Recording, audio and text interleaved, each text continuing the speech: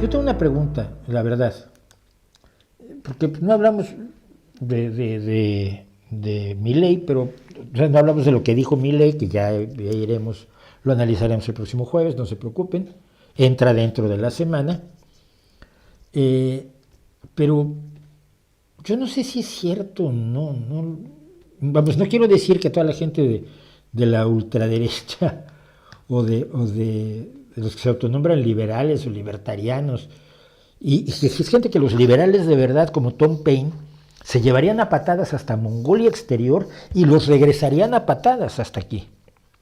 Los liberales de verdad. Pero se dicen liberales porque mola. Queda muy bien. Es como cuando Pablo Iglesias se llama demócrata. Lo dicen porque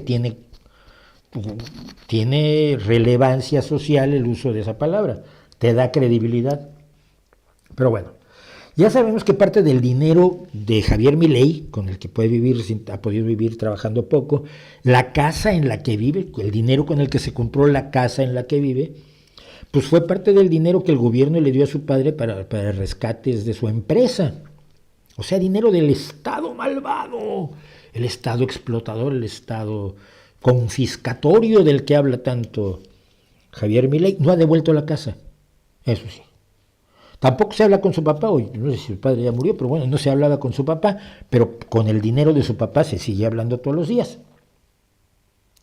Luego, tenemos casos como este señor que se llama Santiago Abascal, que podría ser de Saladino en cualquier recreación histórica o en una miniserie de Netflix, que es un señor que desde los 23 años trabaja en política cobrando del Estado. Es muy enemigo del Estado confiscatorio y además de incitar a la violencia, resulta que ha estado cobrando un sobresueldo de 54,000 euros de su partido y es presidenta de la Fundación Disenso, a la cual desvió 11 millones de euros que el Estado le dio a su partido. A ver si me explico. El Estado le da a su partido lo que le corresponde por los votos que tiene para que pueda desarrollar su labor política, y él se saca el dinero de su propio partido para meterlo en su propia fundación, que también le da un sueldo vitalicio. Por supuesto, ha sido dueño de empresas que no le pagaban a sus trabajadores y que tuvieron que cerrar por deberle dinero a sus proveedores. Poquito delictivo, un poquito inmoral está. Luego tenemos a este señor, que es se llama Alvise Pérez, que también para hacerse el interesante se hace llamar Alvise, Luis en italiano, y que tiene cara también de aspecto lejano, pues de un marroquí feo. ¿Sí? Porque el otro marroquí que tengo junto, pues como quiera que sea, no está tan tremendo, ¿no? Pero resulta que este señor Alvise, pues es que parece que tienden al delito o a vivir del Estado todos estos, ¿no? El señor Alvise, que es provocador de la ultraderecha, racista, antiinmigrante, es alguien que ha estado en todos los partidos que ha podido. Empezó en Unión de Progreso y Democracia, que era la derecha disfrazada de Rosa, no me acuerdo, porque por ahí andaba además también el filósofo catalán que se ha ido derechizando ya, no solo le falta entrar en Vox. Entonces Alvise Pérez pasó por allí, luego pasó por Ciudadanos, luego pasó por el PP, sigue moviendo hacia la derecha, que está a la derecha de Vox. Y entonces, pues resulta que hace 2 semanas le decían que si le habían dado fondos de una cosa que se llama el Madeira Invest Club, o sea, el Club de Inversiones Madeira, pero en inglés aquí en España y en todo el mundo, pues, tiene mucho mayor credibilidad, ¿no? El Club de Inversiones Madeira, pues, suena bien, pero es algo que te pones de acuerdo en el bar. El Madeira Invest Club seguramente es algo que tiene que ver con BlackRock. Entonces, bueno, pues le preguntamos si tenía relación con este chiringuito financiero con su responsable Álvaro Romillo, que es una organización que ofrecía inversiones para eludir impuestos, para evadir impuestos. O sea, de sí era una organización que te proponía algo ilegal. Ofrecía inversiones en relojes, coches de lujo o inmuebles, siempre bajo un doble pago. Tú comprabas bitcoins o criptomonedas, bueno, comprabas el carnet de socio y pagabas en criptomonedas. Y luego, pues con las criptomonedas tenías relojes, coches de lujo o inmuebles con los cuales eludías impuestos. Se estima que con esta práctica la empresa superior, que es CryptoSpain, llegó a manejar unos 300 millones de euros, que es un dineral, y pues, estafándole millones a los ingenuos que invirtieron con falsas promesas. Y además es el tipo de estafa que funciona muy bien, desafortunadamente, porque estás proponiéndole a los inversionistas, que es gente de muchísimo dinero, una cosa ilegal. Entonces, si le estafaste el dinero, ¿qué van a hacer? Ir a la policía y decir, pues mire, yo me metí en algo ilegal y me estafaron con ello. Te ves en un problema muy grave a la hora de denunciarlo. En este caso, además, el club funcionaba a través de Telegram. Y él era Álvaro Romillo, cuyo nombre era Luis, o CryptoSpain, quien era la imagen pública a través de las redes sociales. Garantizaba que a través de una membresía de 2.000 euros anuales sus usuarios podrían evitar Hacienda y se podía vivir sin pagar impuestos cumpliendo todas las normas, cosa que no es cierta. Si cumples las normas es pagando impuestos.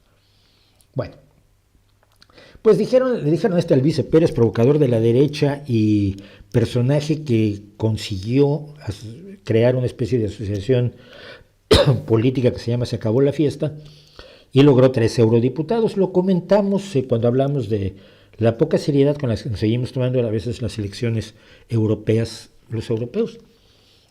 Y dijo que él no tenía nada que ver con eso, pero luego Álvaro Romillo, cuando le encontraron, le cayó la justicia y le dijo, tú estás aquí estafando gente, dijo, sí, pero mira, yo le di 100.000 euros al vice, así, en efectivo y sin que nadie se entere, y sin factura ni recibo, pues para su campaña. Pues unos días después, Alvise ha tenido que admitir que los aceptó como autónomo y en concepto de pago de servicios sin factura. Pago de servicios sin factura es fraude contra Hacienda. Alvise Pérez, que dice que su discurso era, ¿qué creen ustedes contra la corrupción? Dice haber recibido esos fondos en metálico porque abogaba por una guerra de libertad fiscal contra el Estado. Ese Estado-nación que quiere prohibir el dinero en efectivo, cosa que es absolutamente falsa, pero que la repiten igual Elon Musk que Donald Trump y que este pobre personaje.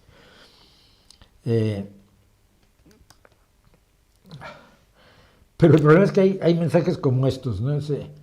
El tiempo me come para los gastos para los pagos de campaña. Me acaban de filtrar que seguimos subiendo. Sí, la gente creía. A un populista y un demagogo le crean, que sea el de ultraderecha.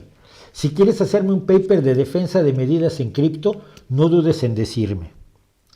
Y le dice el otro, el CryptoSpain, el dueño del chiringuito. He estado repasando y si te parece bien, mañana puedes pasar por la Centina a por 100.000 euros. Es una cantidad que no será problema de recaudar por mi parte para que muevas el Sentinel. No sé ahí cómo va la cosa. Si puedes, aprovecha para grabar un vídeo en la puerta o algo así, en que hables algo sobre el Sentinel. Así empieza a conocerlo tu comunidad. O sea, le dio 100.000 euros. Problemas. Primero, en España no puedes darle en un año más de 50.000 euros a un partido.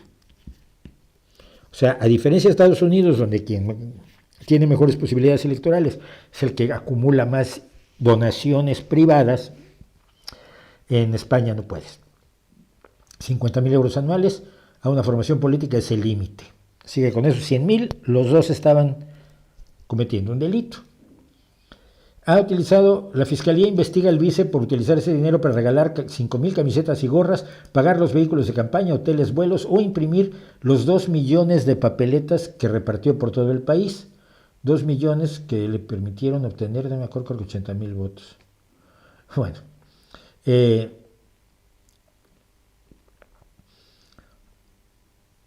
los gastos electorales son el lugar de los estafas y lo sabemos por el caso Gürtel en España, ¿no?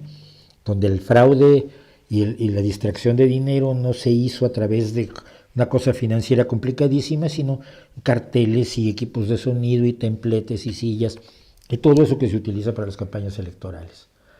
Así que, pues, esos no son gastos electorales según la Fiscalía y van a tener un problema.